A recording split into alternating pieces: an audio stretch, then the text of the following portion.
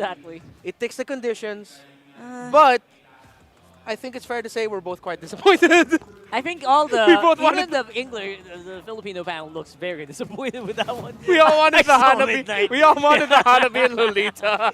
He was like, I saw Midnight. He was like, oh, bro. Yeah, come but on." you gotta give credit to Omega. I feel like they shut that idea down by picking up the Gatotkaca. Yes, very smart. Very smart. Yeah, because the Gatotkaca and Edith together, thinking about it, it's like, huh, are they gonna actually have enough damage? Because if Gatotkaca goes Vengeance, Yeah. that Hanabi will not be able to do much. That's true. And again, you're probably just gonna take out your own life with Yeah. with hits. So I don't know. If you guys agree, let us know in the comment section. We'll read that later on. For now, though, it's Leo and Ingan bringing us the action here for game number 2 of Omega versus Blacklist International. We are also slightly upset, given that the potential for Lolita Hanabi showed itself. A little tease, but instead we have here Old Reliable. Welcome to game number 2. Blacks International versus Smart Omega and the Barangay are at match point.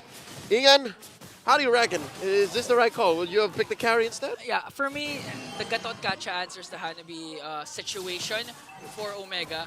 And considering Oheb with the carry, he can actually tear down Edith and Gatotkaca easily, especially if you reach the mid to the late game. So Besides the whole engagement that Omega's putting down, how does Blacklist respond? Like, truth be told, their lineup now looks very similar to the lineup in game 1. yeah, it's really It's late a lot game. of utility. It's a lot of late game, but what's their winning image? Unless MP the King, like what happened during game 1 for Andoryu, manages to find the snowball, they can actually activate Oheb right away. Considering that they also have a Faramis that could easily babysit Oheb during immense team fights, even if Ch4knu or Ryota tries to go for Oheb and Expenses Purify, the fact that Haji with his Faramis is there, they can actually play safe and extend the fights to their favor. Maybe, just maybe.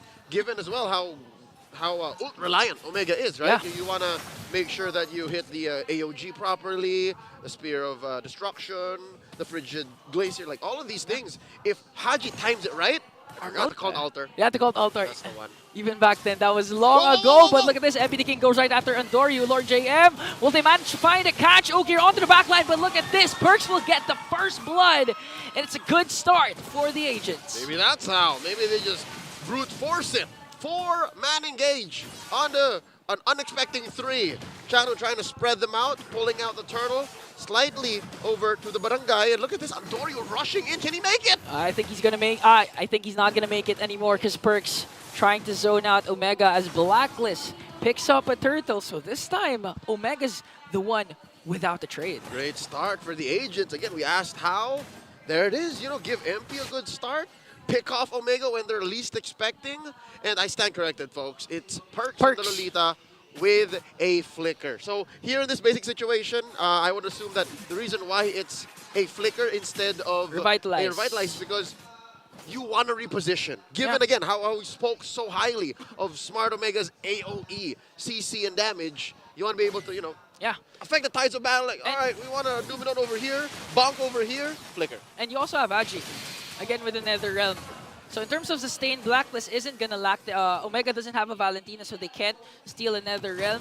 And again, Perks, you've been saying this a while ago that Perks, we all know Perks as a setter. Oh yeah, he is. And with this flicker, you can expect Perks to be aggressive like this as Oheb manages to escape AOG. He's not gonna connect onto Oheb, but Ogier manages to find the Filipino sniper with a kill. Okay means business. Yeah. If it was anybody but Oheb, wouldn't have done that. Not worth the flicker, not worth the engage. But since it's Oheb, that's a good way to equalize. And look at this. Blacklist responding. They won't let these plates go for free. Okay, FPT. Oh, a 5-man rotation for Omega here. Are they going to be able to defend the turret? Yes, they will, but they're not going to pick up a kill. But Ryota has his eyes on Aji. Onward combination. He pops his Purify, but this time Oheb is in the picture as MPT King goes in with an Oigi Shadow kill. Ryota has to pop the Primal Wrath, goes out, and look, the damage coming in from Omega. The Frigid Glacier is also there, and Haji with a clutch Nether Realm, but Ryota wants to go in with the Primal Wrath. Haji Perks will fall down. The next man is Haji. And the amazing start of Blacklist. Omega just erased it. Talk to me about sustainability. What if we just outlast? What if we just keep going? What if we push forward? That's what Smart Omega did. Turtle spawns, lower quarter of the map. Amazing engagement, amazing sequence, all in all. How long did that take? How are you still standing? How are you still breathing? I'm actually shocked. That was a minute? Now, ideally, you know, technically, in terms of long team fights, extended team fights, you'd expect Blacklist to win because, again, they have the Nether Realm. But the advantage of Omega there was Ryota decided all the way from the XP lane to help onto the top lane, leaving Lord JM to push. But again, this is a Terizla. It's not going to be able to push fast enough. Nothing. Oddly enough, that hammer's not very good for breaking things down. Yeah. It's good for fights, but not for turrets. Speaking of, a turtle for a turret trade. Second turtle traded out for a top lane. Haji's in trouble. Does not have Cult Altar nor the Purify. Does walk away with just barely enough life to survive. And again, look at this amazing map control by Smart Omega. Despite losing out on all of the turtles so far, they're able to maintain this bottom lane. Gonna lose up on top since OM is opened up. Oh wait, look at this. Okay. Are you trying to take down Lord JM as well as the turtle? A turret! Oh, Oh! ganging up on Lord JM. Spear of Destruction for Joe is there. Spear of Misery as well, forcing him to use the penalty zone just to walk away. Haji is there on time, but their turret is not going to sustain the damage of, again, 4 members of Omega. Literally, we say Blacklist is brute forcing Ube. That's what Omega's doing also with a Wiki Shadow kill coming in from MP and brings down Big J. MP the K gets down Big J. Oh, nothing comes for free. That was quite pricey for Smart Omega. Again, the fact that they didn't kill Lord JM and Jome actually fell. Yeah. I mean, the turret did fall eventually, but Smart Omega, look at their lead, shrank. It was bordering 1,500, almost 2,000 about 2 minutes ago. Now the final turtle spawning, upper quarter. Both turrets taken down there, 10 seconds in. I'd reckon Smart Omega won't let this go for free. They did so. They chose to do so for the first 2. But this time around, I'd say even if there is an Ube pulled through by Blacklist, I think it shouldn't be free. They're gonna give the turtle, but they're gonna go in for the kills. They can turn. They can turn. Yeah. Look at this, Andoryu surveying the scene. AOG's gonna be fast. Not gonna connect onto anyone, but Andoryu manages to get the turtle. And look at Perch with the flicker. Numinum Blast connecting onto 4 as Oheb goes in with the damages. Ryota gonna fall down. MP on the other hand, nothing comes for free. A 1-for-1 trade. Spear of Destruction from Big J. Look at this. Perch has to walk away. Oh, Haji is the only member left. He walks away. But at what cost? The turtle, the mid lane tier 1, Smart Omega snaps into aggression. And they take everything, all at the cost of Ryota. Oh my lord, ever since the new general is on fire, the Ryota army is going wild worldwide. Imagine your first death resulted to 4 counter kills for Omega. Check it out. Perks with an amazing Numenon Blast. Again, I don't think there's any other way that could have gone better for them. But here, I think this is a major turning point. Chain CC onto MP the King. Yeah. When he fell and when Oheb fell, Lord JM was going to fall regardless. When those two fell, the cores, that's when it just looked grim, all dark and black for black. And then the 4-for-1, you mentioned it. Amazing. What happened was after MP the King picked off Ryota, Ch4knu used the taunt onto Andoryu. That's why the chain CC is there. Lord JM walks in with the penalty zone, but the Bridge and Glacier are coming in from Oki. There's just too much for them to handle. Andoryu onto the backline. He's gonna go in, but he's not gonna continue. Oh! AOG connecting onto 3. And Jay just cleaning up the mess that Omega made. And again, Haji is the only one left. Oh, he's got mad case of survivor's guilt. He's just the only one walking away. He does have a Purify, and he's gonna try to waste Smart Omega's time.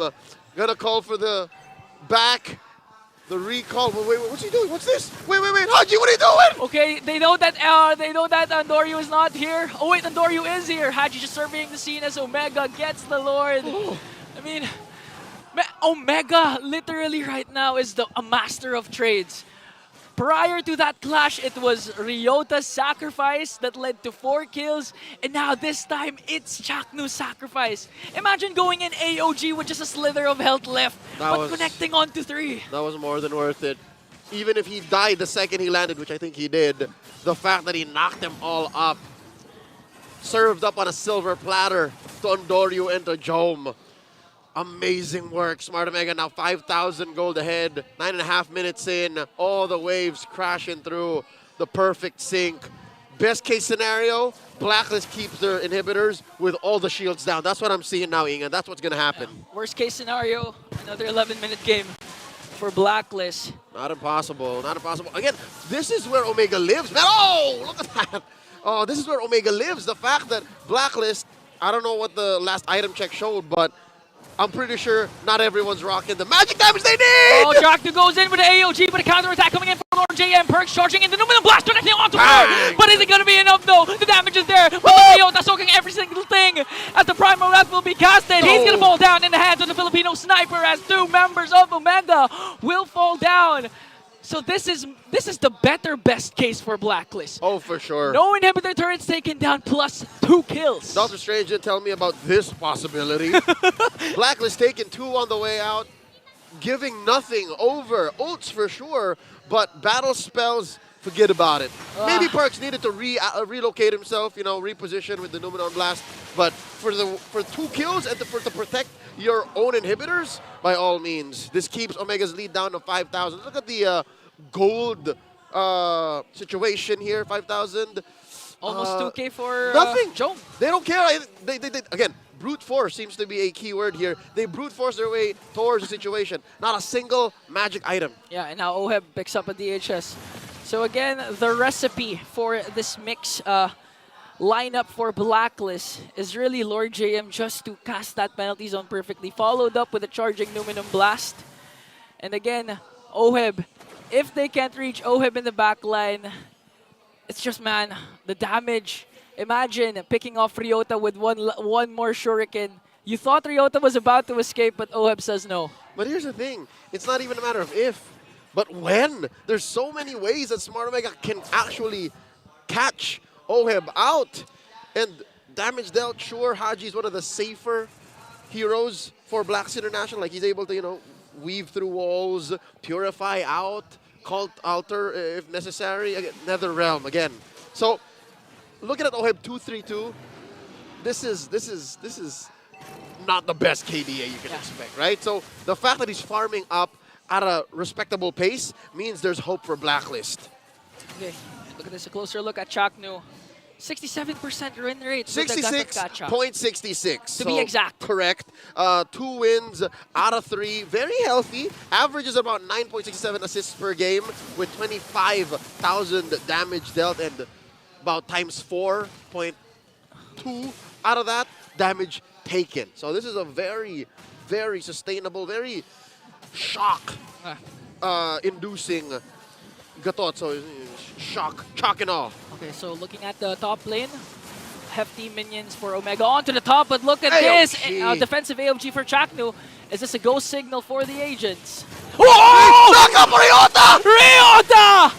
The new army, but Perks counter-attack with an Numinum Blast as MP! The King steals the Lord, goes in once again, shuts down Jome. The Pride of Ice for Ukir is there, but 4 members are surrounding him around. A mega kill for Oheb, and is this the comeback the agents are waiting for? 15 seconds till Ryota comes back. Ch4knu has no AOG. This could be endable. There's a Lord up top. Ch4knu left to fend for himself. Is he going to make another miracle like the one we seen with the high loss? Ch4knu trying to delay, but unstoppable from Oheb. We are going to a game number 3. Blink, and it's black. Out of nowhere, Blacklist International take game 2, forcing us to go the distance.